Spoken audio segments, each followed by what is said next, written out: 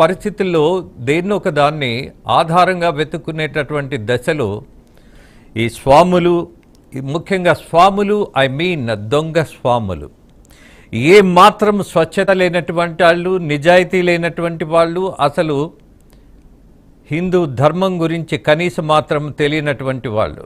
వాళ్ళకి తెలిసిందేంటి? జనాల్ని మోసం చేయటం. వాళ్ళకి అలవాటైందేంటి? దొంగ వేషాలతో, కాషాయ వస్త్రాలతో జనాల్ని నమ్మించేయటం, వాళ్ళ బలహీనతను క్యాష్ చేసుకోవడం. మరి ఇలాంటి వాళ్ళు పెరిగిపోతున్నప్పుడు జనం పదే పదే అలాంటి వాళ్ళ దగ్గరికే ఎందుకు వెళుతున్నారు అని అంటే జనం బలహీనత అది. వాళ్ళకున్నటువంటి ప్రతి చిన్న సమస్యకు కూడా ఇలాంటి వాళ్ళనే ఆశ్రయించేటటువంటి ఒక పరిస్థితి పెరిగిపోతుంది. కాబట్టి మరొకటి, దొంగ స్వాములకి కొంతమంది మార్కెటింగ్ పీపుల్ కూడా ఉంటారు. ఈ స్వాముల మీద నమ్మకం పెంచేటటువంటి ప్రయత్నంలో అదొక విధానం ఉంటుంది, అదొక స్ట్రాటజీ ఉంటుంది. ఇక నేను ఇవాళ ఆంధ్రప్రదేశ్లో అలాగే తెలంగాణలో, ముఖ్యంగా ఆంధ్రప్రదేశ్లో ఒక స్వామి అయితే 2 రాష్ట్రాలకు సంబంధించిన ముఖ్యమంత్రులు గతంలో ముఖ్యమంత్రులు అయ్యారు అనంటే నేను రాజశ్యామల యాగం చేయబట్టే అయ్యారు అని చెప్పేశాడు, తేల్చేశాడు. నేనే కారణం అన్నాడు. కోర్స్ ఒక బాధ ఉన్నది, బట్ భాషని నేను కొంచెం తగ్గించి మాట్లాడుతున్నా, అర్థం చేసుకుంటారేమో ప్రజలంతా, చూసేవాళ్ళంతా. ఇంకా ఘాటుగా, ఇంకా కఠినంగా కూడా మాట్లాడాలనిపిస్తోంది. అంత కసి ఉన్నది, అంత అసహ్యం ఉన్నది, అంత బాధ్యత ఉన్నది. అందుకే నా భాషలో ఉన్నటువంటి బాధను మీరు అర్థం చేసుకోవాలని భావిస్తూ, శారదా పీఠం అనే ఒక పీఠం ఉన్నది. అందులో ఒక స్వామి ఉన్నాడు.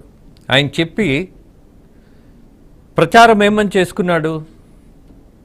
గత ముఖ్యమంత్రి జగన్మోహన్ రెడ్డికి నేను చేసినటువంటి అనేక యాగాల వల్ల, రాజశ్యామల యాగం వల్ల తెలంగాణ కేసీఆర్ని ముఖ్యమంత్రిగా ఎన్నుకున్నారు. అలాగే ఆంధ్రప్రదేశ్లో కూడా నేను ఇచ్చినటువంటి దీవెన వల్లే, నేను చెప్పినటువంటి మార్గంలో వెళ్ళబట్టే, నేను చెప్పినటువంటి మంత్రాలను ఆయన వినబట్టే, అనలేడులే అందుకని వినబట్టే అంటున్నా. బికాజ్ జగన్మోహన్ రెడ్డి యొక్క పాండిత్యం ఆయనకి తెలుసు కాబట్టి, తెలుగే కాదు ఏది పెద్దగా తప్పులు లేకుండా మాట్లాడలేడు కాబట్టి ఆయనతో మంత్రాలు ఏం చదివించలే పాపం, ఆయనకి తెలుసు. బట్ ఈ స్వాముల యొక్క, ఈ దుర్మార్గుల యొక్క, హిందూ ధర్మాన్ని నాశనం చేస్తున్నటువంటి ఇలాంటి దుర్మార్గపు దొంగ స్వాముల పట్ల ఇవాళ ప్రజలు చైతన్యంతో ఉండాలని భావిస్తున్నా. దాని మీద చర్చ చేయాలనుకుంటున్నా. కారణం ఏంటంటే, విచిత్రంగా ఎక్కడైనా మీకు ఒక బండరాయి దొరికితే కొంతమంది స్వాముల రూపంలో వచ్చేటటువంటి వాళ్ళు ఏం చేస్తారో తెలుసా? కొద్దిగా పసుపు కుంకుమ వేసేస్తారు. దాంతోపాటు ఒక 2 గజాల కాషాయ వస్త్రం ఎవడో ఒకడు స్పాన్సర్ చేస్తాడు, అది చుట్టేసుకుంటాడు, అక్కడ కూర్చుంటాడు, నేను ఒక స్వామిని అంటాడు, ఇక్కడ ఒక యాగం అంటాడు, 10 ఇటుకలు పేరుస్తాడు, 4 ఎండు పుల్లలు తీసుకొస్తాడు, దాన్ని కిరోసిన్ పోసి మరీ తగలబెడుతూ పొగ తెప్పిస్తాడు. అక్కడ ఒక మేకనో కోడినో దేన్నో ఒకటి కోసేవాళ్ళు కొంతమంది ఉంటారు. ఏమీ కోయకుండా కొబ్బరికాయలు నిమ్మకాయలు పెట్టేసి ఇక్కడ ఒక పీఠం మనము ఏర్పాటు చేయబోతున్నాం. ఇక్కడికి సరస్వతీదేవి వస్తుంది, అలాగే లక్ష్మీదేవి వస్తుంది, అందరూ వచ్చి ఇక్కడ కూర్చుంటారు, మిమ్మల్ని దీవిస్తారు అన్నటువంటి ఒక నమ్మకం పెంచుతారు. దీంతో ఏమవుతుంది? కొంతమంది రాజకీయ నాయకులు అక్కడికి పరిగెత్తుకుంటూ వెళ్తారు. ఎందుకని వెళ్తారు? ఈ మార్కెటింగ్ పీపుల్ ఉన్నారు కదా, వీళ్ళందరూ కలిసి ఇలాంటి ప్రచారం చేసి ఒక నమ్మకాన్ని పోగేస్తారు.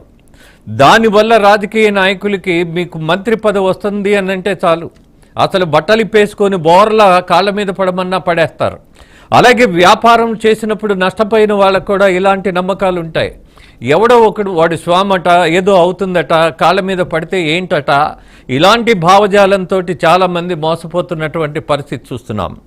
సరే, జనాలు వాళ్ళ ఇష్టానికి మోసపోతే బాధ లేదు. బట్ ముఖ్యమంత్రులని నేనే నా యాగం ద్వారా ముఖ్యమంత్రిని చేశాను అన్నటువంటి స్వాముల్ని వదిలేస్తే ఈ సమాజానికి చాలా ప్రమాదం. I don't have any doubt on that. What the capacity this fellow.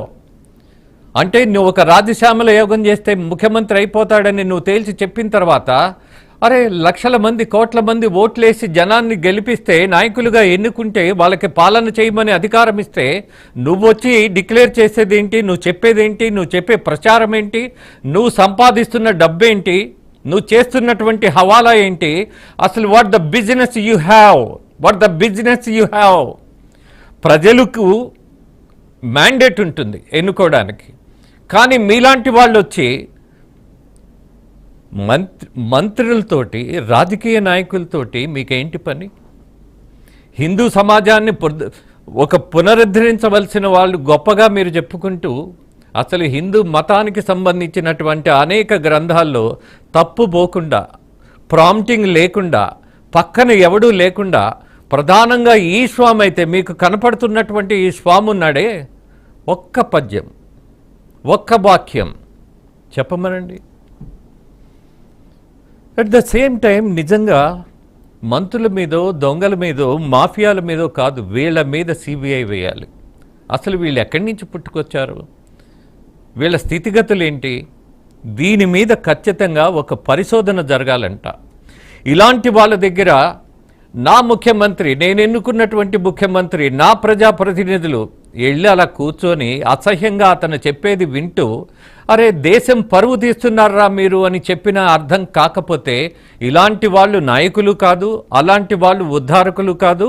ప్రమాదం ఎక్కడొస్తుంది అనంటే హిందూ సమాజం మీద, హిందూ ధర్మం మీద, హిందూ ధార్మిక సిద్ధాంతాల మీద మనకి గౌరవం పోతుంది. పోగొడుతున్నటువంటి దొంగలను మాత్రం వదిలిపెట్టకూడదు అన్నటువంటిది ప్రధానం.